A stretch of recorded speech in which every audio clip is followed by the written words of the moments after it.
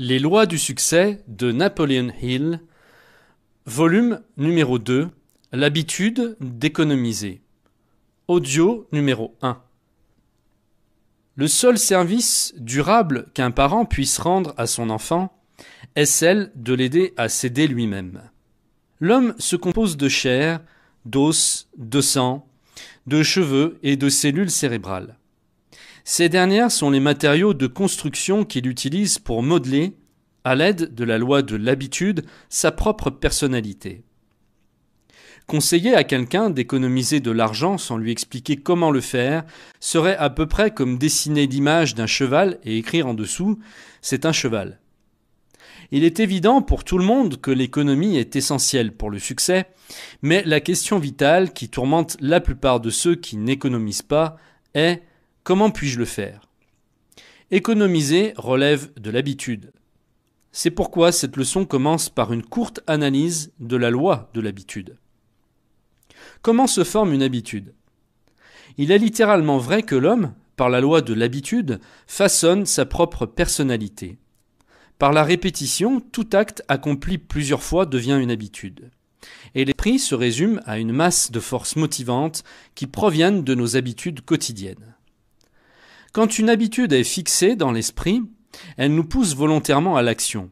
Par exemple, si l'on suit une certaine route pour aller au travail chaque jour, ou vers un endroit que l'on visite fréquemment, une habitude se forme à notre esprit, qui nous conduira sur cette route sans qu'on y pense. En plus, même si on part avec l'intention d'aller dans une autre direction, sans penser constamment au changement de route, on se rend compte qu'on suit le chemin habituel. Les orateurs publics ont découvert que le fait de raconter encore et encore la même histoire, qui peut être purement fictive, fait intervenir la loi de l'habitude et bientôt le public ne s'interroge plus si l'histoire est vraie ou non. Les limites construites par l'habitude. Des millions de gens passent leur vie dans la pauvreté et dans le besoin parce qu'ils ont mal employé la loi de l'habitude. Ils ne comprennent ni la loi de l'habitude, ni la loi de l'attraction qui se ressemblent s'attirent. En général, ils ne se rendent pas compte que leur situation est le résultat de leurs propres actions. Si vous vous entêtez à croire que vos capacités sont limitées à un certain montant que vous ne pourrez jamais dépasser, la loi de l'habitude établira une limite bien définie de la somme que vous pouvez gagner. Votre subconscient acceptera cette limitation et bientôt vous allez glisser vers le bas et vous serez tellement limité par la peur de la pauvreté, l'une des 6 craintes principales, que l'opportunité ne frappera plus à votre porte. Votre condamnation sera définitive et votre destin fixé. Vous former l'habitude d'économiser ne signifie pas que vous devez limiter votre capacité de gagner. C'est justement le contraire. En fait, vous devez appliquer cette loi non seulement pour préserver systématiquement ce que vous gagnez, mais aussi pour vous offrir de meilleures opportunités et un sentiment de confiance en vous-même, de l'imagination, de l'enthousiasme, de l'initiative et des capacités de direction pour augmenter votre capacité de gagner. Autrement dit, quand vous aurez compris la loi de l'habitude, vous assurerez votre succès monétaire en mettant en compétition les 2 extrémités du jeu contre le centre. Les étapes à suivre pour réaliser vos désirs. Procédez de la manière suivante. 1. Définissez votre objectif principal. Créez dans votre esprit une image claire et précise de ce que vous voulez, y compris la somme que vous avez l'intention de gagner. Votre subconscient enregistrera cette image et l'utilisera comme modèle ou repère quand il transformera vos pensées et vos actions en plans pratiques qui vous aideront à atteindre votre objectif principal. Par la loi de l'habitude, l'image de votre but principal restera fixée dans votre esprit, de la manière décrite dans la leçon sur la définition de l'objectif principal, jusqu'à ce qu'elle y soit fermement implantée d'une façon permanente. Cette pratique remplacera la conscience de pauvreté par la conscience de prospérité. Vous allez en effet commencer à demander la prospérité, à vous y attendre, à vous préparer pour la recevoir et pour l'utiliser sagement. De ce fait, vous ouvrirez la voie vers le succès et développerez l'habitude d'économiser. 2. Comme vous avez augmenté votre pouvoir de gagner de l'argent, vous allez continuer à utiliser la loi de l'habitude en incluant dans votre objectif principal la résolution d'économiser un certain pourcentage de tout l'argent que vous gagnez. Ainsi, à mesure que vos revenus augmentent, votre épargne grossira également. En vous fixant un but plus élevé et en économisant systématiquement une somme fixe sur tous vos revenus, vous éliminerez de votre esprit toutes les limites imaginaires et vous serez alors engagé sur la route vers l'indépendance financière. Cela est tout à fait réalisable et même facile à accomplir. Pensez constamment à l'abondance et parlez de prospérité. Si vous inversez l'opération de la loi de l'habitude en installant dans votre esprit la peur de la pauvreté, cette crainte réduira rapidement votre capacité, et ce, jusqu'à ce que vous soyez à peine capable de gagner assez d'argent pour répondre à vos stricts besoins. Les journalistes pourraient souvent créer de la panique en annonçant les échecs actuels des entreprises, malgré le fait que le nombre d'entreprises qui échouent est très réduit par rapport au nombre total d'entreprises actives. Les vagues de crimes sont en grande partie les produits du journalisme sensationnel. Une seule affaire de meurtre, exploitée par les journaux à l'aide de titres effrayants, suffit pour démarrer une vague régulière de crimes similaires dans des localités différentes. À la suite de la répétition de l'histoire du meurtre d'Elisabeth Brichet dans les journaux quotidiens, des cas similaires ont été signalés dans d'autres régions du pays. Nous sommes victimes de nos habitudes, qui que nous soyons et quelle que soit notre vocation. Toute idée fixée volontairement ou involontairement dans notre esprit, comme le résultat de l'autosuggestion, l'environnement, l'influence des associés, etc., nous conduira sans doute à des actions conformes à la nature de cette idée. Prenez l'habitude de penser et de parler de prospérité et d'abondance, et bientôt vous aurez des preuves matérielles manifestes sous forme d'opportunités meilleures, nouvelles et inattendues. Qui se ressemble s'attire. Si vous avez une affaire et que vous avez pris l'habitude de parler et de penser que votre affaire va mal, ce sera certainement le cas. Un pessimiste qui persiste assez longtemps dans cette influence destructive peut détruire le travail d'une dizaine de personnes compétentes car il installe dans l'esprit de ses associés l'idée de la pauvreté et de l'échec. Évitez donc cette attitude. L'un des grands banquiers de la Bourgogne a ce panneau accroché dans son bureau. Vous êtes un aimant humain et vous attirez constamment les personnes dont le caractère s'harmonise avec le vôtre. Ici, nous parlons et pensons à l'abondance uniquement. Si vous avez une histoire triste, gardez-la pour vous, nous n'en voulons pas. Aucune entreprise ne veut des services d'un pessimiste, et ceux qui comprennent la loi de l'attraction et la loi de l'habitude ne toléreront un pessimiste plus qu'ils ne toléreraient un voleur qui tourne autour de leur entreprise. Parce qu'une telle personne détruirait l'utilité de tous ceux qui l'entourent. Dans des dizaines de milliers de foyers, la conversation tourne souvent autour de la pauvreté et du besoin. Et c'est justement ce que ces gens obtiennent. Ils pensent à la pauvreté, ils parlent de la pauvreté, ils acceptent la pauvreté faisant partie de leur vie. Ils imaginent que si leurs ancêtres étaient pauvres, ils doivent rester pauvres eux aussi. Le sentiment de pauvreté est le résultat de l'habitude de penser à la pauvreté et de la peur de la pauvreté. Il s'est passé ce dont j'avais peur. L'esclavage de la dette. La dette est un maître sans pitié et un ennemi fatal de l'habitude d'économiser. La pauvreté seule suffit à détruire l'ambition, la confiance en soi et l'espoir. Mais si l'on y ajoute le fardeau de la dette, toutes les victimes de ces deux maîtres cruels sont pratiquement condamnées à l'échec. Ceux qui vivent sous la menace d'une dette lourde n'arrivent pas à travailler de leur mieux, n'inspirent pas le respect et ne parviennent pas à bâtir ou à atteindre un but dans leur vie.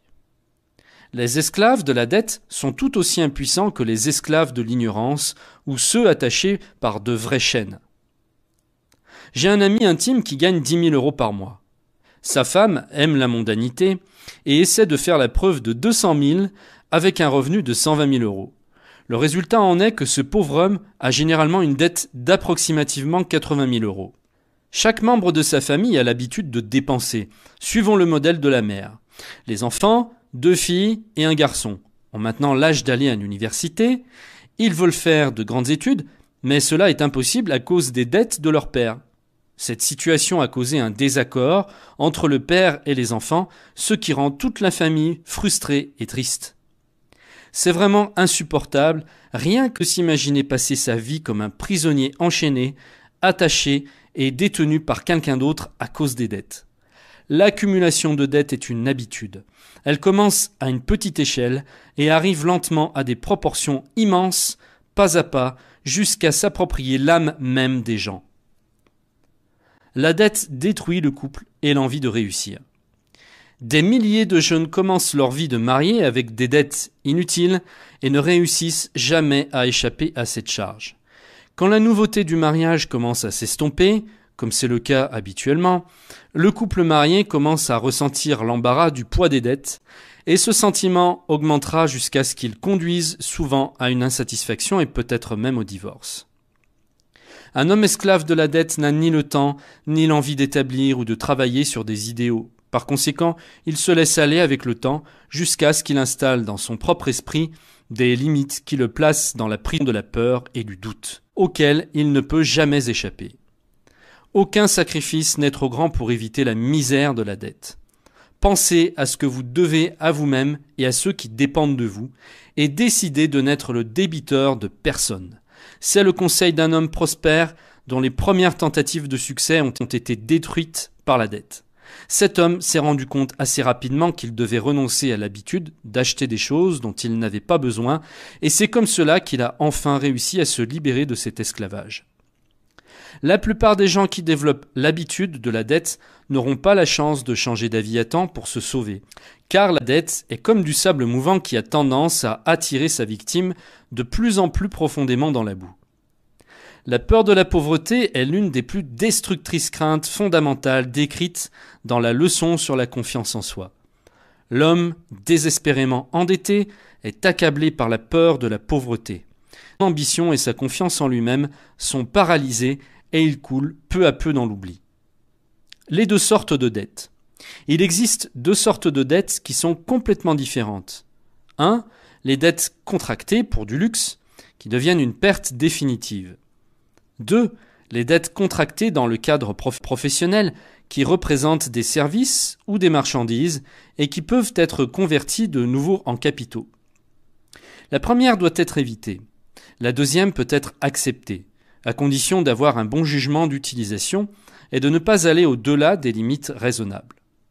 Quand quelqu'un dépense au-delà de ses limites, il entre dans le domaine de la spéculation qui ruine plus qu'elle n'enrichit. Pratiquement tous ceux qui vivent au-delà de leurs moyens sont tentés de spéculer dans l'espoir de gagner grâce à un seul tour de la roue de la fortune afin de régler la totalité de leurs dettes. Mais généralement, la roue s'arrête au mauvais endroit et, loin de rembourser leurs dettes, ces gens deviendront de plus en plus surendettés. Les conséquences de la peur de la pauvreté et des dettes. La peur de la pauvreté affaiblit la volonté de ses victimes qui se sentent incapables de récupérer leur fortune perdue et, ce qui est encore plus triste, c'est qu'elles perdent toute ambition de se libérer de l'esclavage de la dette. Les journaux racontent souvent des cas de suicide à la suite de problèmes de surendettement. Chaque année, cela cause plus de suicides que toutes les autres causes combinées, ce qui prouve la cruauté de la peur de la pauvreté. Pendant la guerre, des millions d'hommes ont affronté les tranchées des premières lignes sans reculer, sachant que la mort aurait pu les rattraper à tout moment. Ces mêmes hommes, lorsqu'ils sont confrontés à la peur de la pauvreté, abandonnent souvent à cause du désespoir qui paralyse leur raison, et parfois ils vont jusqu'à commettre des suicides. Ceux qui sont libres de dettes peuvent combattre la pauvreté et atteindre un succès financier exceptionnel. Mais pour ceux qui sont étranglés par la dette, un tel exploit n'est qu'une possibilité éloignée et jamais une probabilité. La peur de la pauvreté est un état d'esprit négatif et destructeur. En plus, cela attire des états d'esprit similaires. La peur de la pauvreté peut, par exemple, attirer la peur de la maladie. Et ces 2 peurs réunies peuvent attirer la peur de la vieillesse. De sorte que la victime se retrouve frappée par la pauvreté, la mauvaise santé et le vieillissement précoce. Des millions de tombeaux prématurés et anonymes sont remplis à cause de ce cruel état d'esprit qu'est la peur de la pauvreté. Il y a quelques années, un jeune homme occupa un poste important dans une grande banque à Paris. En vivant au-dessus de son revenu, il dut contracter beaucoup de dettes qui lui causèrent de gros soucis. Et quand son habitude destructive commença à se manifester dans son travail, il fut licencié du service de la banque. Il trouva ensuite un autre poste, moins bien payé, mais ses créanciers l'embarrassèrent et il décida de démissionner et de déménager dans une autre ville où il espérait leur échapper jusqu'à ce qu'il aurait accumulé assez d'argent pour payer ses dettes. Mais les créanciers avaient un moyen pour suivre les traces des débiteurs. Et très vite, ils étaient déjà sur les traces de ce jeune homme dont l'employeur découvrit ses problèmes de surendettement et l'eut licencié. Puis, il chercha en vain un emploi pendant 2 mois. Une nuit froide, il monta jusqu'en haut d'un grand immeuble et s'en jeta. La dette fit une autre victime. Ceci est un extrait du cours de Napoleon Hill, Les lois du succès. Pour recevoir l'intégralité de l'ouvrage, cliquez sur le lien qui apparaît en bas de cette vidéo.